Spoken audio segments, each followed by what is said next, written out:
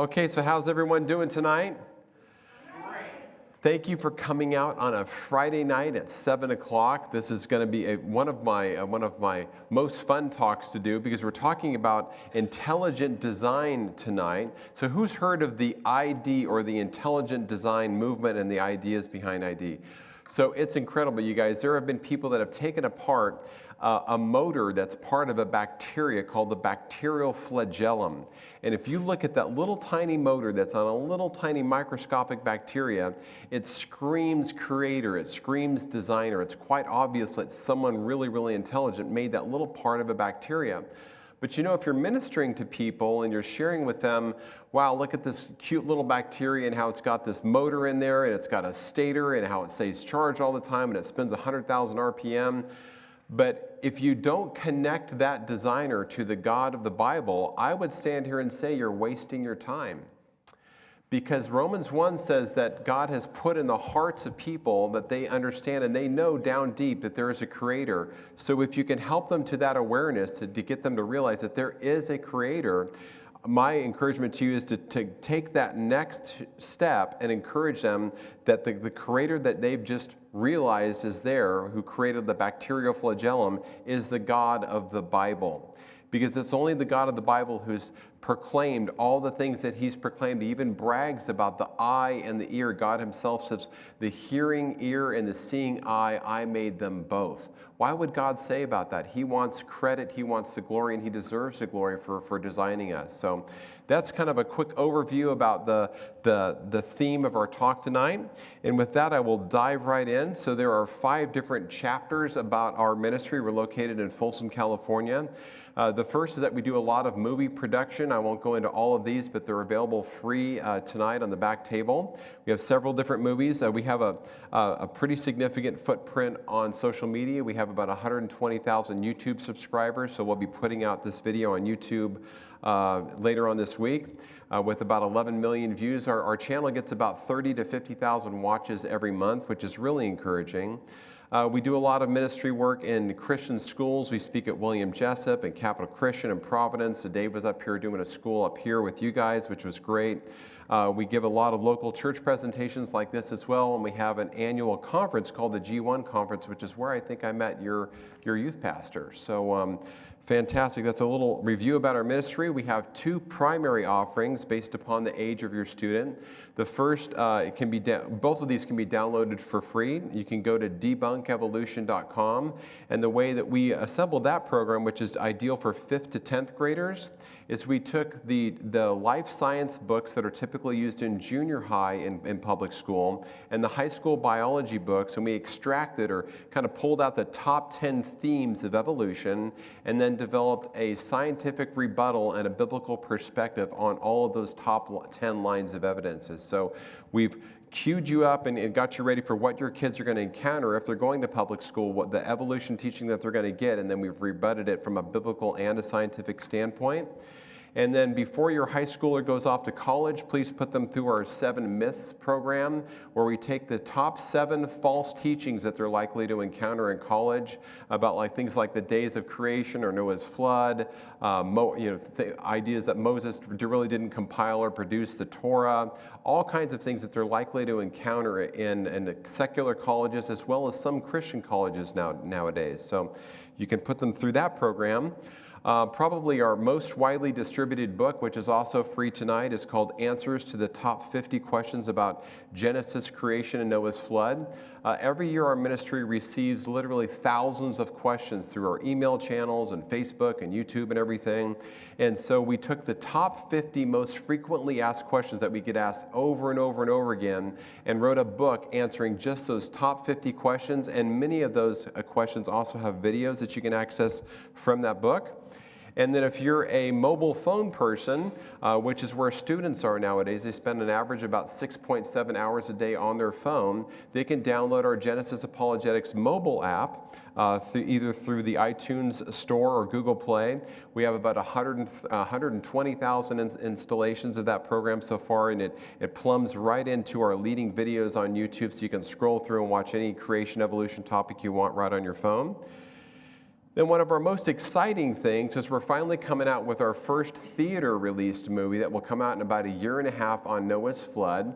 We're working with Ralph Stren, who is the director and producer of Genesis Paradise Lost. Has anyone seen that movie? Genesis Paradise Lost. It's a great movie. It's currently number 4 on Christian Cinema. That's of all Christian movies, not only just creation movies.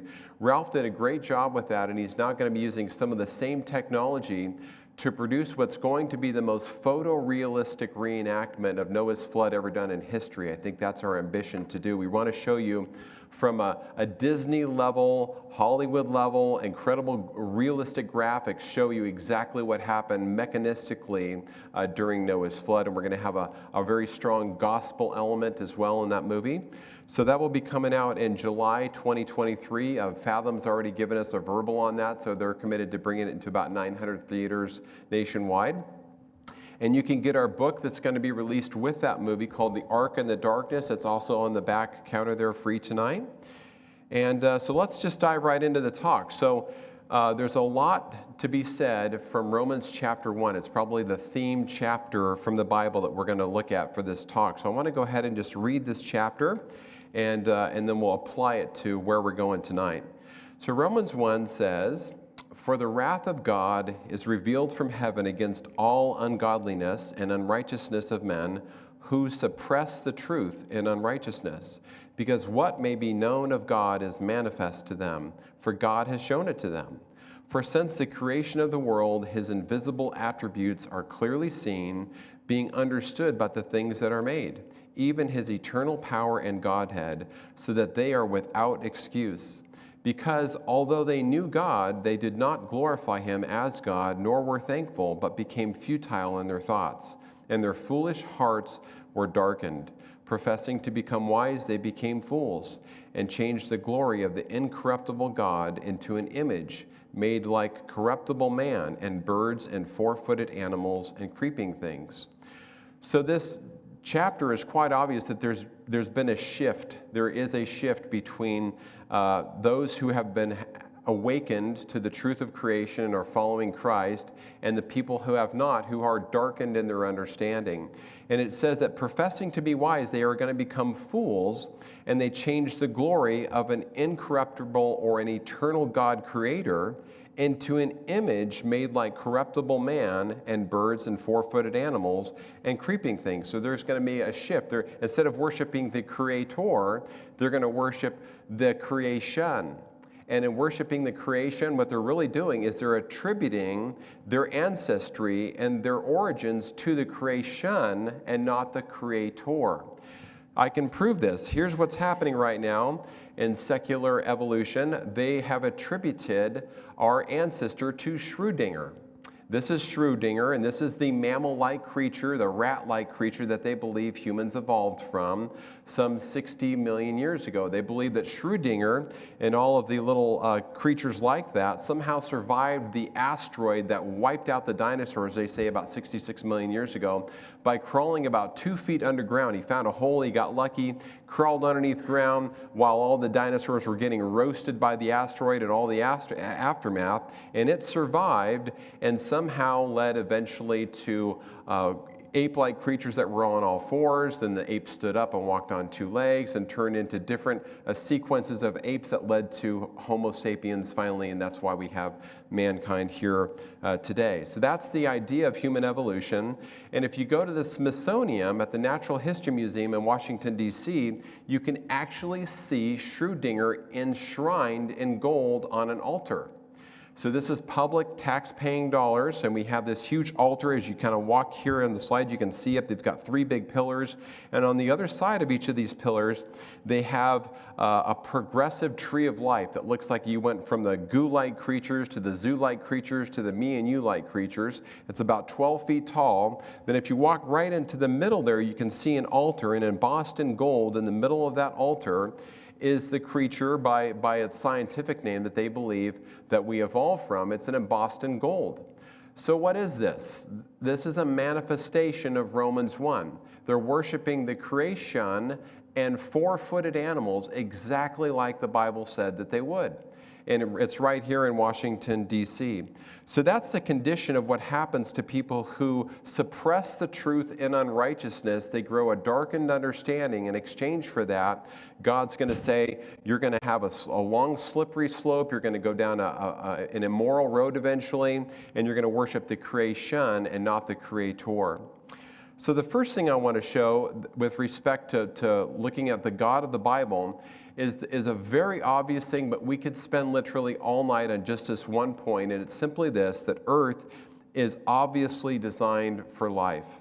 It's a special creation, for God even says, "For thus says the Lord, who created the heavens, who is God, who formed it, the earth and made it, who has established it, who did not create it in vain, who formed it to be inhabited. I am the Lord, and there is no other."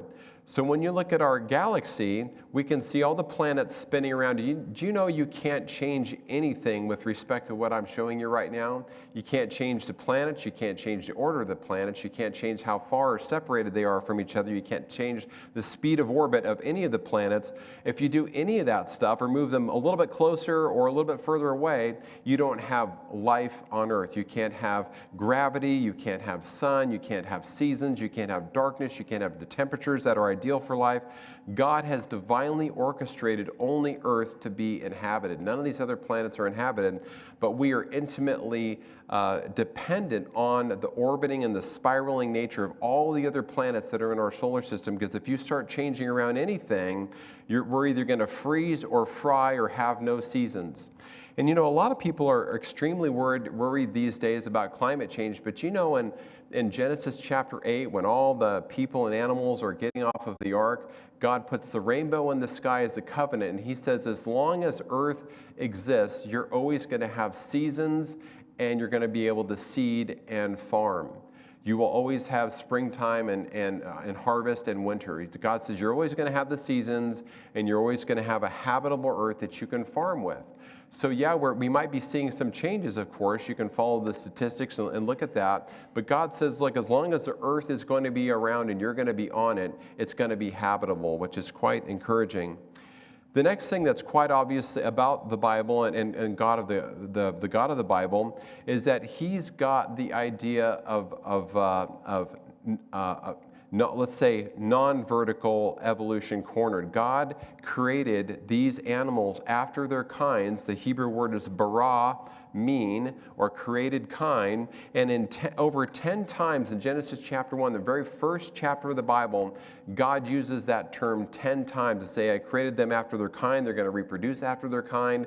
The trees are going to reproduce after their kind. The animals are going to reproduce after their kind. So God set up these categories or families of plants and animals that are only going to reproduce after their kind. And that's exactly what we see happening today.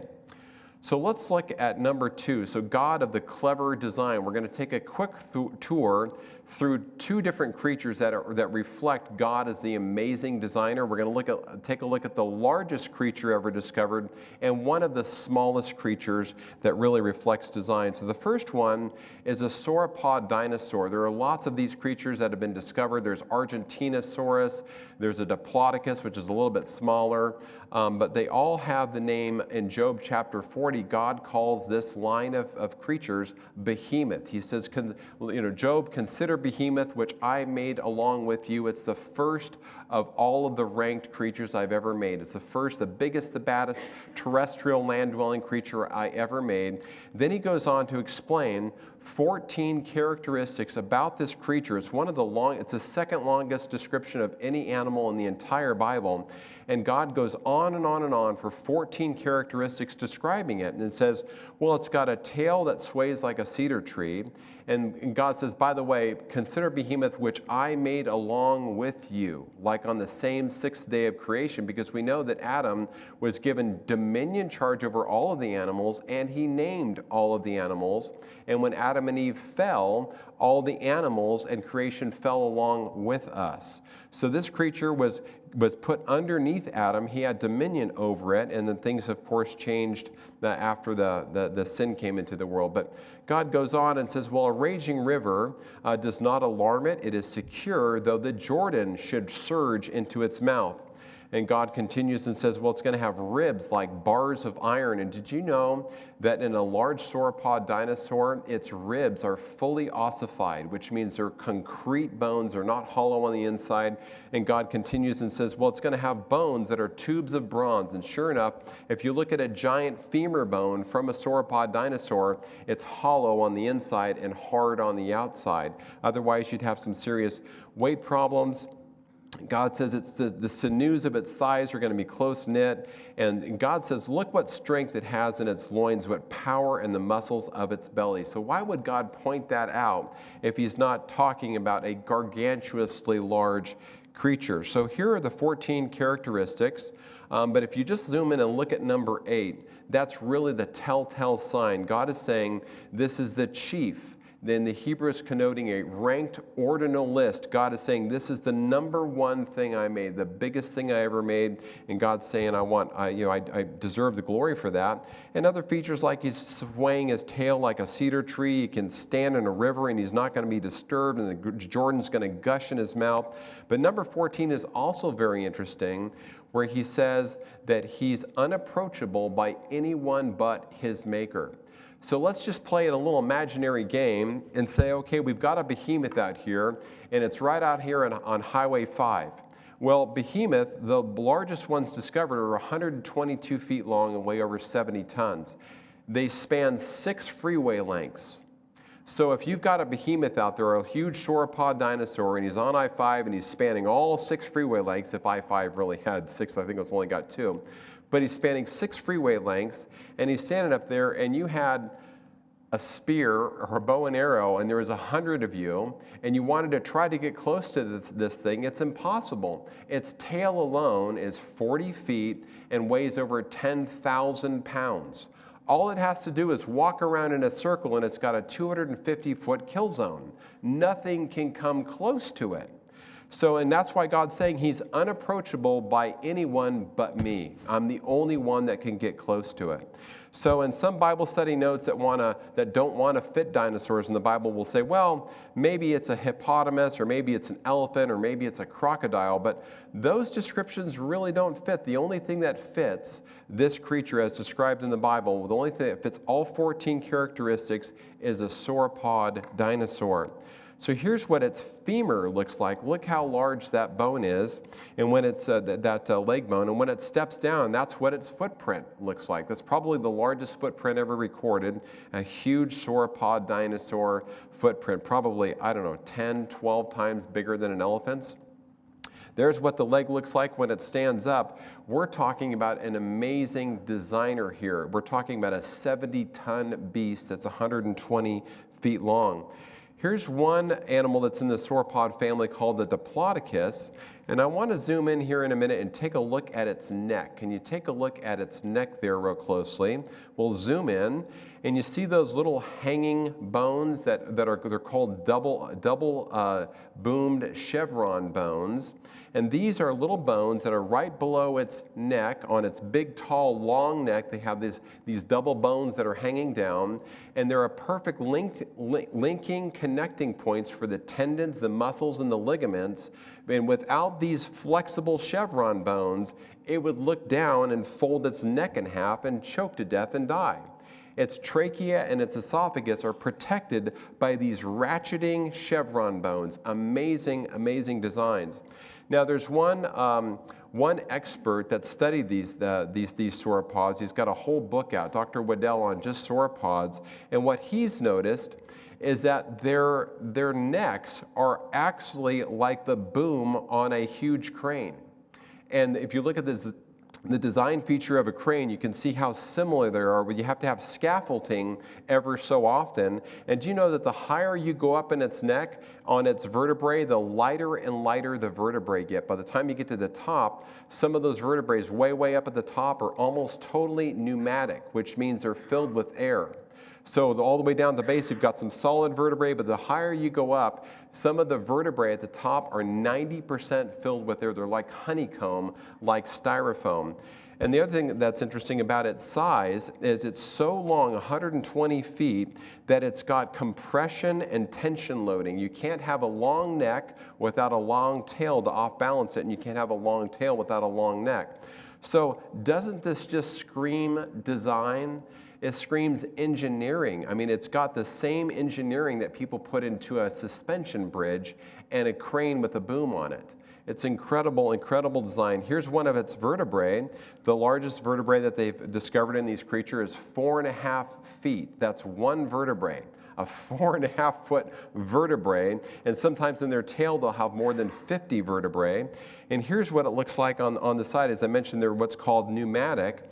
And I'm going to fly in some yellow graphics there on the left. You can see all of that is air pockets. So the rest of it is spongy and hollow like styrofoam, so it would be able to lift up its neck. So again, we have amazing design, and we also find some features of this creature that show it's perfectly matching to the biblical text. Verse 17 in Job 40 says that he moves his tail like a cedar tree. The sinews of his thighs are tightly knit. So check this out. Dr. Biddle has discovered, based upon the linking points of the tendons and the muscles of its backside of its femur and its tail vertebrae, that they're connected in such a way that as it was walking, it had to sway its tail. And they typically don't find big slide marks of this creature's tail in the dirt behind its footprints. It's always carrying its tail up in the air. So when it's walking, it's going to have to sway its tail like you see in the picture here. And some people have taken models of a Diplodocus tail and hooked it up to machinery, and they've flipped it like this with a big, huge pulley, and they've shown that this big 20-foot long tail can actually break the sound barrier at its tip. So it would be just like cracking a whip, and it accelerates to 700 miles per hour at the end. Could you imagine what kind of a defense mechanism that would be? How'd you like to be whipped by a 5,000-pound tail moving 700 miles an hour that could make the crack like a whip? So it would be amazing. But here we go. We've got these connecting points. God has engineered this creature, and God says, yep, that's the number one thing I ever made. That's the chief of the rank. Now let's look at something that's really, really small. We'll take a look at bees. Now, just if you step back and look at Creation Week, doesn't it seem to make a lot of sense that if God forms the earth in the first 3 days, and on day 3, he creates plants for food, 2 days later, he creates pollinators. The flying creatures are made on day 5. So you can't have millions of years of evolution or millions of years of creation between day 3 and day 5, because you can't create all these plants and all the vegetation without pollinators. Some people have done estimates to see how long we would have food sources on Earth if all the bees went extinct. And it's pretty scary. The estimates aren't not too long. Without bees and butterflies to go around and pollinate things, just doing what God's told them to do, we would not have a lot of fruit around at all. In fact, in some places in China, they have to go around because the bee populations are having a hard time, and they'll take paintbrushes and dip them in pollen and manually have to pollinate all the trees themselves. Go flower to flower to flower. All this stuff is happening out in God's nature. So it makes sense to me that the 6 weeks or the 6 days of creation are 6 ordinary days, because you've got vegetation on day 3, and just 2 days later, God puts on earth all of the creatures to go around and pollinate everything. How is it that these bees, without being trained by their bee parents, know how to make shapes like this? And did you know that some scientists have studied this hexagonal shape here where they're making all their cells, where they deposit their nectar and their honey? And it's the strongest structure that they can make, because the structures press against each other and they can sustain weight. And it's also not only is it that, it's also efficient with respect to how much honey they can store in all of these different cells. Here's what happens with bees when you don't give them a honeycomb. They know how to design a shape that's going to allow airflow. I've raised bees before, and do you know that when you go and see bees in the wintertime, the bees will huddle around the queen and then will flap their wings at a certain speed to keep the temperature in the hive perfectly right.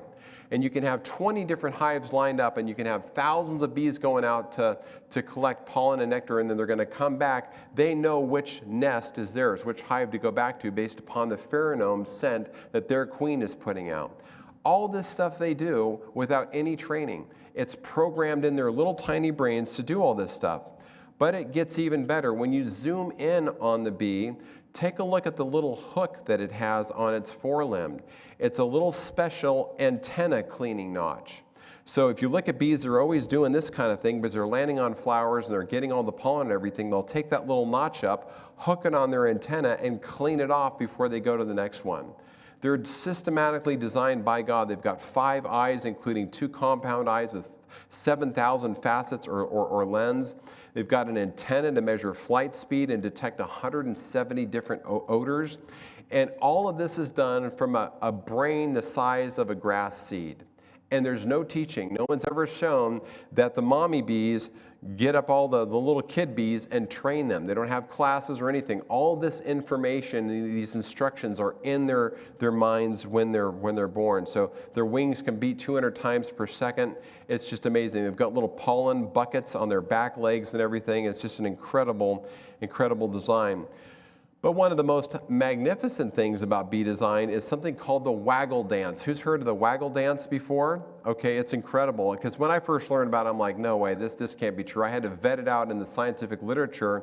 And yep, sure enough, they've run studies. The scout bees will come back to the hive and they'll literally dance around in a figure 8 and stop at a certain point in the figure 8 and buzz their wings. And all the rest of the bees are looking in on the scout bee. And he's drawing a map of where to go after the flowers. And he's teaching all the other bees how to do this. So they fly over, and so he's got this figure 8 shape waggle dance, and it's oriented 45 degrees right up to the vertical comb. And they're talking about where the sun is and everything, and they're plotting out a map for the rest of the bees. Oh yeah, all the great roses and everything, all the great flowers are over in this direction. So they leave the hive and go over there. Just amazing. So could mankind build something like this? We've got pretty advanced drones, we've got miniature drones, and we've got strike drones and all these things that we can do with remote control. My son's got his drone license and he loves to fly those things around. But I would argue never could man make something like what I just showed you. And oh, by the way, it feeds itself and it can think for itself, and it's perpetually powered by flowers. It doesn't have to get charged up with a lithium battery. So just amazing, amazing design. Number 4 is that God is an efficient designer without leftovers. And the word says in Psalms 139, "For you created my inmost being, you knit me together in my mother's womb." So here's a medical book from 1895 called The Structure of Man, an Index to His Past History. And do you know, as of about 1895, medical scientists believe that we had nearly 200 vestigial structures in our bodies, like your tonsils and your appendix and all these things. They just thought, they're leftovers. We don't know what purpose they have. They're probably vestigial structures left over from evolution. We all know people have evolved. Darwin set us straight because we're thinking in 1895, and we evolved over millions of years. So we've got all these parts in our bodies that we really don't need anymore. Well, do you know that modern science has now admitted there are 0 vestigial structures? They have found purposes for each and every parts of our body. So when I was a kid and going through K through 6, I would get strep throat pretty much every year, and a lot of my friends would get strep throat, and we'd all go into the hospital, and the first thing that they would do is just cut your tonsils out. You've got strep throat, let's just cut your tonsils out. You don't need those things anyhow. But then later they discovered, oh my gosh, actually our tonsils are part of your lymph system, and they provide a first-line defense for throat infections. So maybe we shouldn't be cutting those things out. The appendix, which they thought was vestigial for years, they've now learned is a storehouse that keeps your healthy flora together in your body. So if you have dysentery and lose everything in your colon, it re-injects healthy flora into your digestive tract so you can keep eating and getting energized. Amazing, amazing stuff. And things like our tailbones, they think, well, maybe the coccyx is left over, but then we've learned your tailbone has 47 different linking points for muscles and tendons and ligaments, and you pretty much could not go to the bathroom without all of those things, and women cannot give birth without having all those connecting things going on in their coccyx. So it basically scoops up and holds your pelvic floor and holds everything upright where it should be. I asked a friend of mine who's the #2 medical supervisor in a huge hospital system here in California. He's a Christian, he's a creationist. And I said, will you tell me, being in the medical field for so long, what's your #1 proof for God as a creator, being a medical expert like you are? And he didn't hesitate at all. He says, oh, that's easy, blood clotting. And I said, well, what do you mean? He says, well, anytime you get a cut, there's 5 steps that happen in sequence to stop your blood from bleeding out. And people who have diseases that don't have those 5 steps in the same order that you need them, well, they'll just bleed out and die. So I asked him more about that, and we broke it down. He says, well, okay, you've got an injury or a damage, then your cells are going to start activating all these different things, calling in the clotting agents that are going to come in. Your blood vessel is going to contract, so it's going to shrink down and minimize the hemorrhaging. Then it forms a platelet plug and then a fibrin clot. All these things happen automatically without us even thinking about it. But the point is this: you can't evolve these 5 separate distinct steps because they have to be in order. So every organism that didn't have these 5 steps from the start would have bled out and died. You can't evolve these 5 steps. All 5 steps have to be there from the start. Just amazing, amazing stuff. Okay, so next let's take a look at the earth, at its history, and look at a catastrophic flood, because again, we want to connect earth and science back to the creator of the Bible. And we will take a quick look through Earth's catastrophic past by looking at Noah's flood. So there's a couple of key verses here. One is in Genesis 7:11, where it says, in the 600th year of Noah's life, in the 2nd month, the 17th day of the month, on the same day, were all the fountains of the great deep broken up. So something started on the ocean floor. Then the Bible says that all of the high hills were covered with 15 cubits of water, so about 22 feet of water. And then the waters receded. So the waters came up for about 150 days, then they receded slowly for about 150 days, and then earth dried out for 70 days. So we have a 371-day flood process. And in the 1990s, these 6 guys got together and figured out exactly how it happened. They framed a theory called catastrophic plate tectonics. We're working with several of these guys to come up with our movie. And they formed this theory, and we can actually go prove this theory out. And it's quite obvious by looking at even just Earth maps what happened. So when the fountains of the great deep broke open, there's something that happened on the ocean floor. So we have a lot of rifting that occurred, and then we've got linear steam jets that are popping up like this, putting super critically heated water up into the atmosphere that's later falling down as torrential rain. And we know this happened because John Baumgartner has done some great modeling with his software program called Terra, where he's done simulations proving the movement of Earth's crust and how it happened rapidly with what's called runaway subduction. So the continents didn't drift apart like they are doing today. They sprint apart at about 5 miles per hour during the time of Noah's flood. You can go to a map or any geoscience book and take a look. You can go see the fountains of the great deep even to this day. It's a 40,000-mile rift system.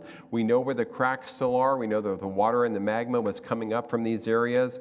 Just amazing proof that's right out there for anyone to look at. You can look at one of the biggest ones called the Mid-Atlantic Ridge, which is a 10,000-mile tear right down the middle of Earth there. And we can put these continents perfectly back together and match them before the fountains of the great deep came in and catastrophically ripped them apart. And after it ripped them apart, it pushed them apart to now they're more than 2,000 miles separate. So when that was happening, we have seafloor spreading. So we have the magma that's coming up from under the earth. When it hits the water and gets exposed to air, it creates new seafloor, which begins spreading and coming out to the left and to the right. And so here's an animation of what that might have looked like when the magma's coming up. It's generating new seafloor, and then it's spreading and pushing the continents apart. And when that's happening, the runaway subduction is occurring. So you've got the newly created seafloor is diving on the downward sliding plate, and then you've got the overriding plate. And when it's going down, it will bind and clamp for a while and then release. And when that happens, it creates huge tsunamis and earthquakes that go out in both directions. So here's another animation. You can see the new seafloor being created. It's subducting underneath the landmass. And when that does, when it's going to start diving down, it's going to bind as you see it crimping in here. This is exactly what happened in Japan in 2011. The seafloor slipped 60 feet in 2011 when it slipped, and created a huge tsunami that came up and did the havoc that we watched happen in Japan. You have this going on a worldwide basis, and it's obvious that this happened because that's how we buried 14 states of dinosaurs in the middle of America. You can drive to Wyoming and North Dakota and South Dakota and Oklahoma and Texas. You can see all these massive fossil graveyards that are all throughout this entirely huge area here that's 1,800 miles long by about 1,000 miles wide, includes parts of 3 countries. It's a massive, massive dinosaur kill zone. How did that happen? It had to happen through catastrophic plate tectonics, just like the modeling that I just showed you. The leading theory from evolutionists is that some asteroid came down and hit the Yucatan Valley, called the Chicxulub asteroid, which is thousands of miles away from where all these dinosaurs are buried under 50 or 100 feet of mud in the middle of America. So how in the world do you have all of this impact going up from something that happened 2,000 miles south, coming up and burying dinosaurs under 100 feet of mud in the middle of North America? It does not make much sense. Here's a helicopter shot of where you can see in Montana how deep these mud layers are. They're brought in by tsunamis, they're formed in layers, so you can't have a little asteroid down there blowing up and then causing tsunamis that are going to come up and bury 14 states worth of dinosaurs. Just does not make sense. So there's a simulation. We drop the rock, we see the asteroid land down, it's going to come up and bury some parts of Texas maybe, but it's going to miss most of America where all these dead creatures are. So the asteroid theory does not work. What had to happen is we have to have tsunamis coming in from the Pacific, coming up, flowing over what would have been California, and coming up and going all the way across the continent, leaving these dinosaurs dead in its track. So we have to have it coming up from the left to right or coming up from the east to the west. These tsunamis are coming up and they're flooding over the continents. In fact, one of these locations, called the Tanis location, they've actually determined that they've identified 2 layers, a couple layers, where they believe 2 specific tsunamis were responsible for them, because tsunamis have the stage where they come up and then the retreating stage, and they've even determined the direction of the current where the tsunamis were retreating off of the continent. So just amazing, amazing evidence for the flood. And God specified how this happened in His words. This is why these features line up back to the God of the Bible, because God said, on the same day, all of the fountains of the great deep broke open. And when that happened, He used that as a mechanic to get all the flooding to happen, to wipe out all the creatures like He said He would. So the other obvious evidence that we have for this is called fossil correlation. So all the continents were once put together in a Pangea-like configuration, and we have similar species that are now found separated by like 2,000 miles that used to be put together. We can take a look at this in real life with a couple of continents here, and each one of these little green dots that you see here is a fossil bone bed. So it could represent maybe 1,000 fossils or 100,000 fossils, in some cases maybe 1,000,000 fossils, but every little green dot you see there is a fossil bone graveyard. So let's take these 2 continents and put them together. And do you see what I just did?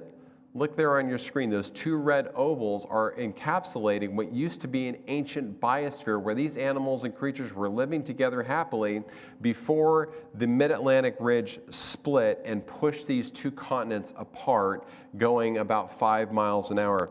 We can know this because if you go to the Fossil Works database, which evolutionists use for a lot of different purposes, we can see on Africa and in Brazil, the same types of creatures were living there, but they're now separated by over 2,000 miles. But you've got brother and sisters and cousins of different types of fossils that used to be living together that were catastrophically ripped apart. So you've got a brother on this side and a sister on this side. How could that have happened slowly over millions of years when you've got the same species now separated by 2,000 miles? It couldn't have been a slow process. It had to be a fast one.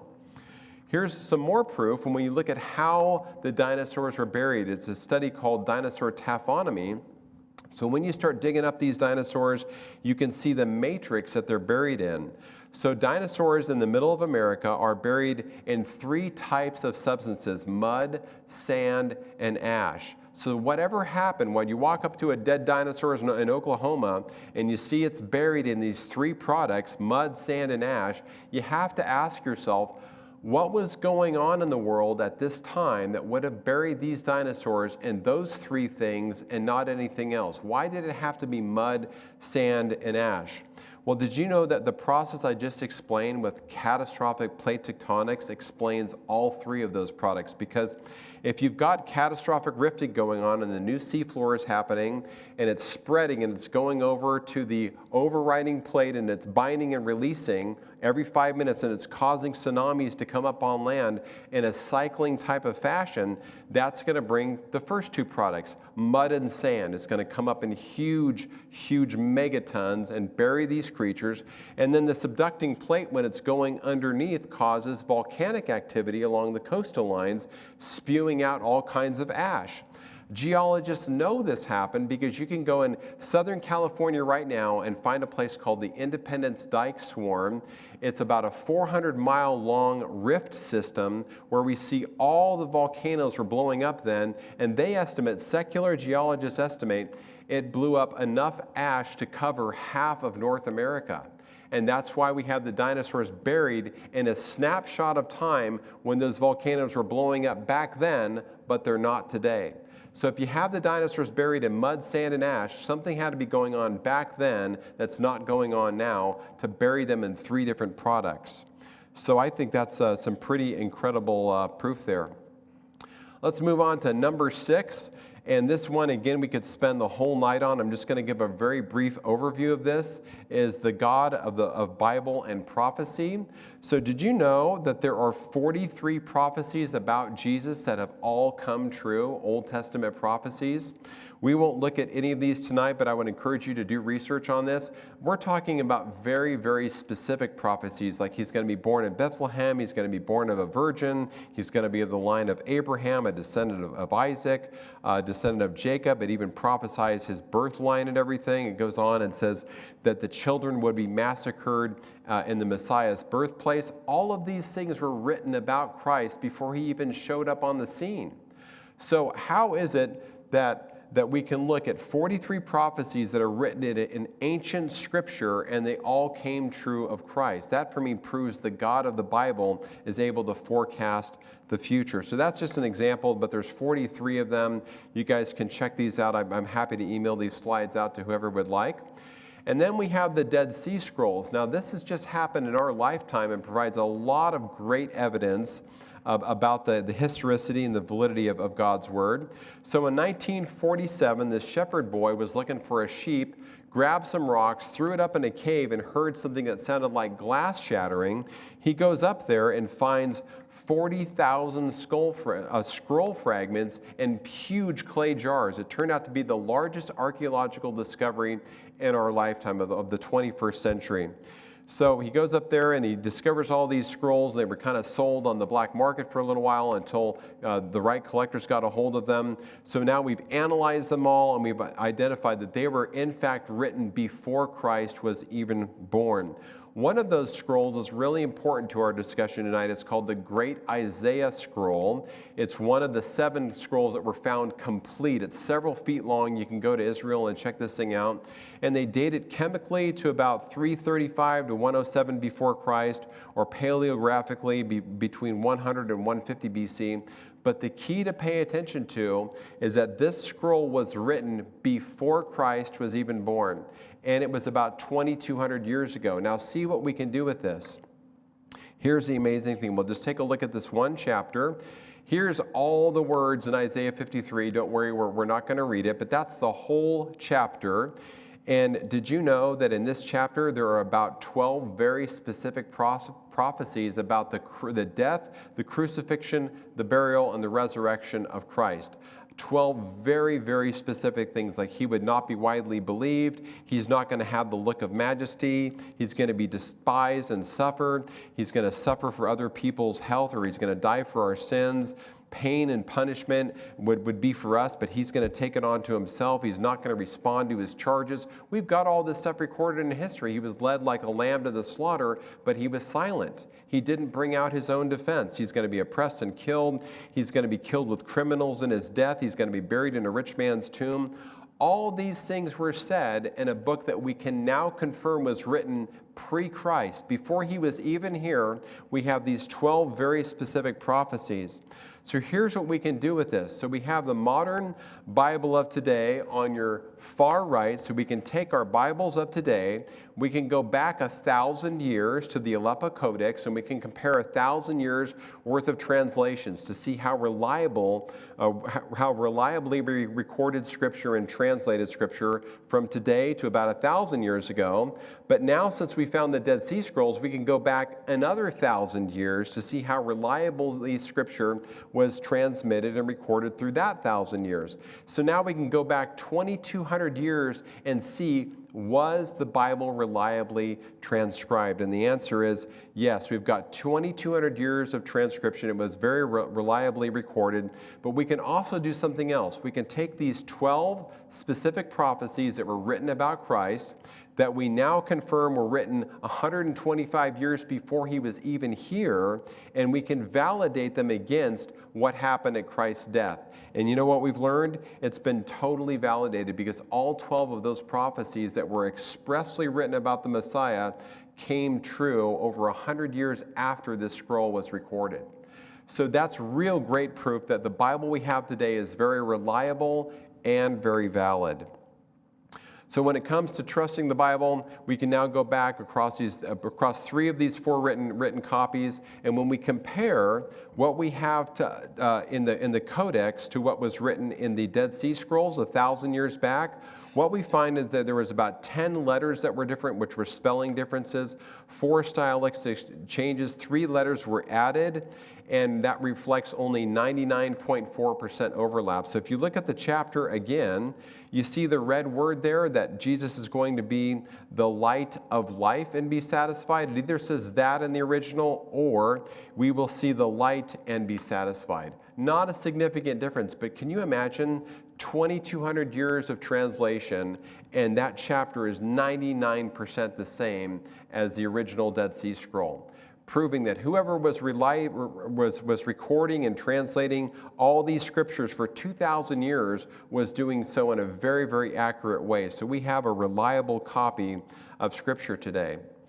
So let's change it up a little bit and talk about the God of the ear and the God of hearing and the God of seeing, because God himself proclaims in Proverbs, he says, the hearing ear and the seeing eye, God made them both. So your ear is a composite machine that has 5 separate components that are bolted together. Let's start with the outside of your ear. It's called the pinna.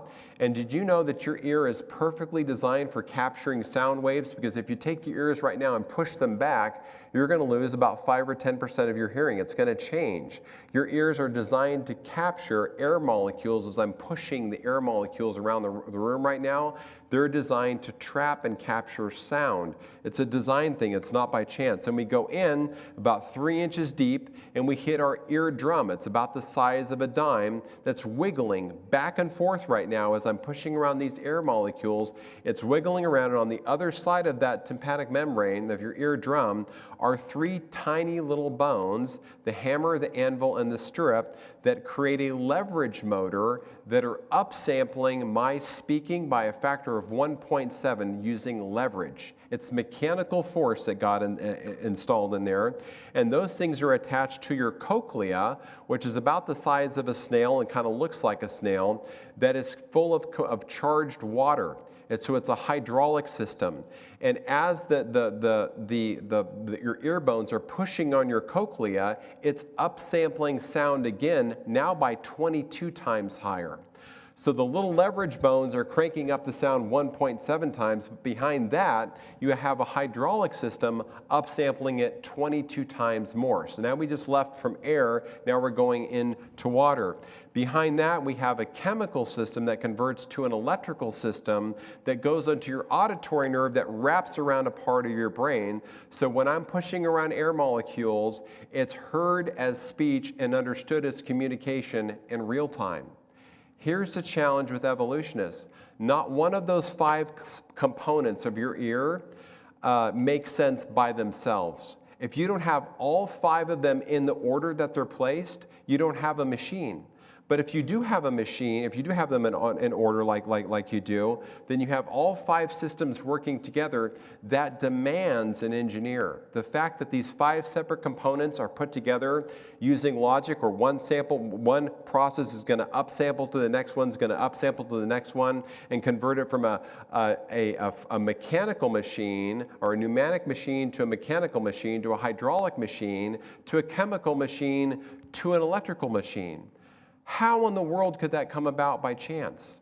It couldn't. It had to be put together by an amazing designer. So we're trapping these sound waves. It's converted to a mechanical process using these little bones, upsampling 1.7 times to a hydraulic system by 22 times again, off to a chemical electrical system, and then again to a chemical system. So that's an amazing design. Let's take a brief look at the eye, and here we go. Proverbs chapter 20, verse 12 says, "The hearing ear and the seeing eye, the Lord has made them both." So if you just take one little quick look at the eye here, the eye has all kinds of incredible parts. It's got the lens and the aqueous humor and the cornea and the iris. But if you just look at one part, just look at the lens. Do you know that when you're running around at dark and you're trying to see something and you squint, you know you're doing that to fold your lens a little bit to create some telescopic focus in your eyes, and it actually works sometimes. I almost passed the DMV test last time without my glasses because I can squint really good and see stuff. So, but it does work. But let's look at these things called the zonule fibers. Here's your lens, and you see all those little tiny filament strings on the outside, so it looks like a trampoline, and you have all the strings that look like springs on the outside. Well, they are actually springs. So when you're focusing back and forth, those strings, those little microscopic, thinner than dental floss strings, are stretching or contracting your lens so that you can focus in real time. So you look in front of your face right now, boom, it just shrunk back, and you look at something far away, it adjusts again. Look at how fast and how amazing that is. That's just one part of your eye called the zonule fibers. Something like that is just not going to manufacture itself. It's amazing design. Next, let's look at some features in nature that represent a thing that's called irreducible complexity. So here's a little tiny bug, and take a look at its legs. And more specifically, take a look at its little tiny knee joints. I'm going to help you out using a microscope here. What does that look like? It looks like some ratcheting gears, doesn't it? Do you know that this little tiny creature can preload its legs using those gears and then spring something like hundreds and hundreds of times longer than its body length? And if you zoom in even closer, look at that. It's a set of gears inside a little microscopic, really tiny little gnat creature. Isn't that incredible? When you hit it under a microscope, that demands a designer. Something like that's never going to manufacture itself. And here's where we started. We talked about the bacterial flagellum. When you take a bacteria and look at how it spins its little tail there, about 100,000 RPM, it looks just like an electric motor. It's incredible. It's got a hook, a filament, a flagellum. It's got these rings. It's got a stator motor. It's got all these things so that it can spin 100,000 revolutions per minute. Again, we have an incredible designer. So I saved the tough part for the end, but I think it's one of the most fantastic proofs and evidences of the God of the Bible. And we're calling it the God of the lifespan. So this is the last part, and it's the most technical part. So track with me here because we're going to have to use some statistics to get there. But let's take a look at what the word says. In Genesis 5, it says, Adam lived 130 years and begot a son after his own likeness, after his own image, and named him Seth. And after he begot Seth, the days of Adam were 800 years, and he had sons and daughters. So we can put how old he was to how long he lived, and that's 930 years total. Well, right there in Genesis 5, we're only 5 chapters deep into the Bible. Don't we have a huge problem, a medical problem, a scientific problem? How did that guy live to be 930 years? It's almost 1,000 years old. It's 10 times longer than how old we're living today. And it's not just him, it's all 10 of the pre-flood patriarchs are living that long. Even in Genesis 47, check this out. This is a very interesting clue. Pharaoh comes up to Jacob and says, oh, by the way, how old are you? And Jacob said to Pharaoh, well, the days of my years, of my pilgrimage, they're only about 130. So I'm only 130 years old, and few and evil have been the days and the years of my life. So I've had a hard life. I'm only 130 years old. And they have not attained to the days of the years of the life of my fathers in the days of their pilgrimages. So Jacob's saying, I'm only 130. I don't live nearly as long as everybody who lived before me. So we have these evidences of long lifespans. Here we go all the way to the book of Numbers. We have Aaron living 123 years. What's going on, you guys? Is the Bible a mythical fairy tale with all these people living this long? Or is there something else going on that can actually legitimize the Bible? Well, here's what's happening. If you plot it all out, we've got over 20 lifespans here of biblical patriarchs that are put out in order. We've got, on your far left here, we've got Adam living 930 years, and the longest line you can see here is Noah's grandfather, who lived to be 969 years old. But that's how long they were living before the flood. And then wham, we have the flood that happens under 1,700 years after creation, and then systematically, not off of a shelf, but systematically, they begin an exponential decline off of a gentle slope like this, and all the way down until they're living 70, 80, 90 years. But it doesn't follow suddenly. It happens along a decay curve. What's going on? Well, Dr. Sanford, a Cornell-trained geneticist, broke the code. He knows exactly what's going on with these people. A great scientist, he even invented what's called the gene gun, which is featured in the Smithsonian, the Natural Museum of American History. Very smart scientist. He nailed what's going on. It's called the biological decay curve. And when you plot these lines out, when you plot these lifespans out, starts really high and then begins a slope that follows down, it's actually called a regression term called a power law curve. So it doesn't just flow down by happenstance, it follows a pattern called a biological decay curve that goes from the top and kind of slopes out like there.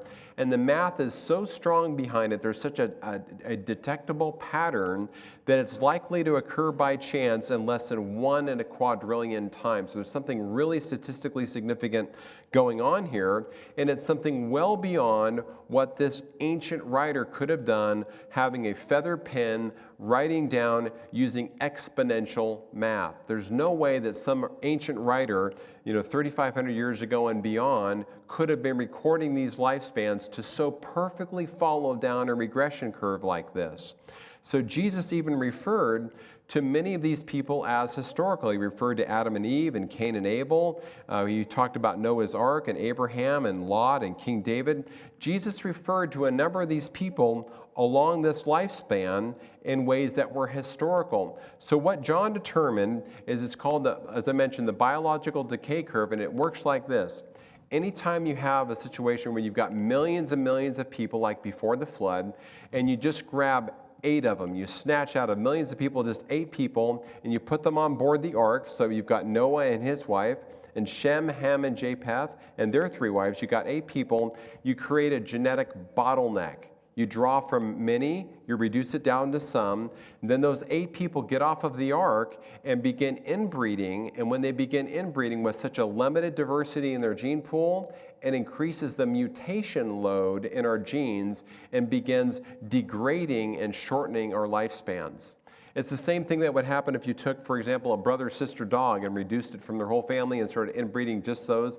It'd be one of the reflections of a genetic bottleneck like that is shortening of lifespans. And that's exactly what Dr. Sanford determined. And we've got Christ himself referring to these people as real individuals. And do you know that these people are in the lineage of Christ? You turn to Luke chapter 3, we have 70 different patriarchs that are all in the line of Christ. So something's going on now there that confirms that our history that goes back in humanity, which only goes about 6,000 years, which is mapped and referred to in Christ's lineage himself, is historical and true. The reason that they lived so long back there has now been validated and confirmed by science, that it's a decay curve, and it's statistically significant, indicating it's not a chance thing, and there's no way that some ancient writer could have schemed to so perfectly reduce their lines to fall along a power law curve that's statistically significant. Stuff like that can't be made up. So you really have only two options with respect to this. Either you have many generations of Bible writers scheming together to slowly shorten lifespans as they're writing and recording these documents and getting in on the lie together for multiple generations. And while they're doing it, using advanced exponential math to decrease their curve. Or you have real lifespans that reflect people living a lot longer before the flood, when our gene pool was much more clean, when the effects of sin had not entered in, and we're taking that population, restricting it to 8. They get off the ark, reproduce, and the gene mutation load increases, which is exactly what the statistics reveal. So I think I will end about there, which puts me right on time. But I think what we took tonight is a rapid race through 10 different lines of evidences that connect some amazing statistical things and some amazing geological things back to the God of the Bible. So I'll go ahead and end there, and we'll take some questions afterwards.